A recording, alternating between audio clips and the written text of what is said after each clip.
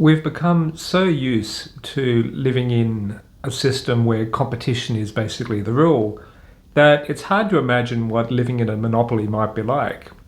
But one of the nice things about having a few miles behind me is that I can actually remember what it was like to live in a monopoly situation, at least in terms of telecommunications.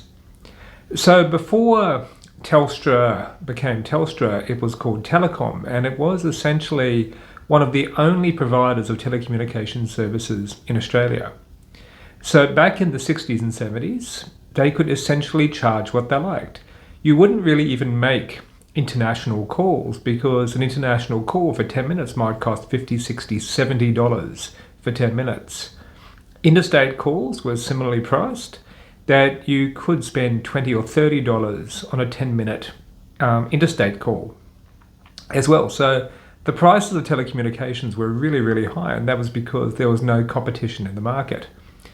Even when mobile phones became a thing, Telstra, or Telecom as it was known in those days, was able to charge per minute of mobile phone calls.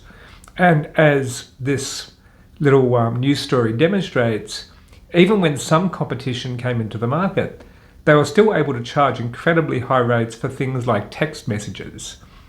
So back in the day, text messages were actually charged per message, and you could pay between 25 and 28 cents per message. So you can imagine what it would be like to try to send a few messages to your mates back in those days. Thankfully, there is more competition in the market these days, and that has meant that there's been a massive reduction in prices. And that's what we tend to see. The more competition you have in the market, the lower the price to the final consumer tends to be.